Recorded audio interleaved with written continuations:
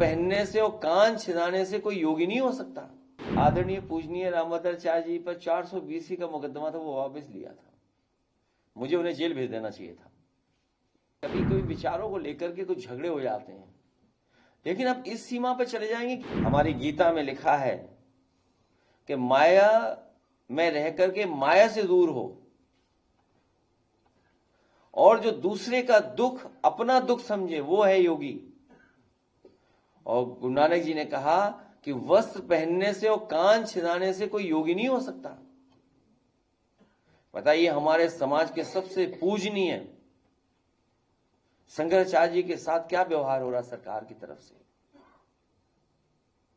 ये जो एक्सरसाइज हो रही है अभी हाल फिलहाल जो आपको देखने को मिल रही है कि अचानक कुछ लोग निकल पड़े सम्मान देने के लिए। जिस समय शिखा को पकड़ करके अपमानित किया जा रहा था, उस समय ये लोग कहां थे? उसी समय उन्हें जाना चाहिए था संगम किनारे। हमारे पूजनीय शंकराचार्य जी कई दिनों धरने पे बैठे रहे वहां पर। उस समय सर्दी पीक पे थी। अब तक की जो हमारी पूरा इतिहास जो है, पौराणिक व्यवस्था है, सनातनी व्यवस्था में कहीं किसी शंकराचार्य को गंगा स्नान से रोका नहीं गया होगा। लेकिन ये पहली बार हुआ है सरकार में कि उन्हें स्नान करने से भी रोका गया। जो हमारी आध्यात्म की, हमारे सनातन धर्म की त्रिवेणी है। और अब तो ये सरकार एक कदम आगे निकल गई है। ये लगता है कभी अंधेरे में या रात में फिल्म देखते हैं 20 साल बाद। हर बात इनको 20 साल बाद पता लगती है। हमारा जो एक पैनलिस्ट था, उसकी 20 साल पुरानी घटना शंकराचार्य जी को बताओ अपमानित करने के लिए कहां से ढूंढ के लाए, किसको ढूंढ के लाए?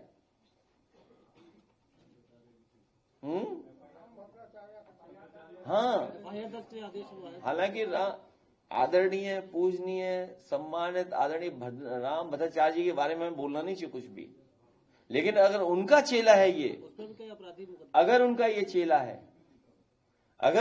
चेला है तो मुझसे गलती हुई है। हमने कभी आदरणीय पूजनीय रामभद्राचार्य जी पर 420 का मुकदमा था, वो वापस लिया था। मुझे उन्हें जेल भेज देना चाहिए था। और ये बात गलत हो तो बताइए, आप किसी से पूछ लीजिए आप। हमारे बगल में बैठे वाइस चांसलर साहब।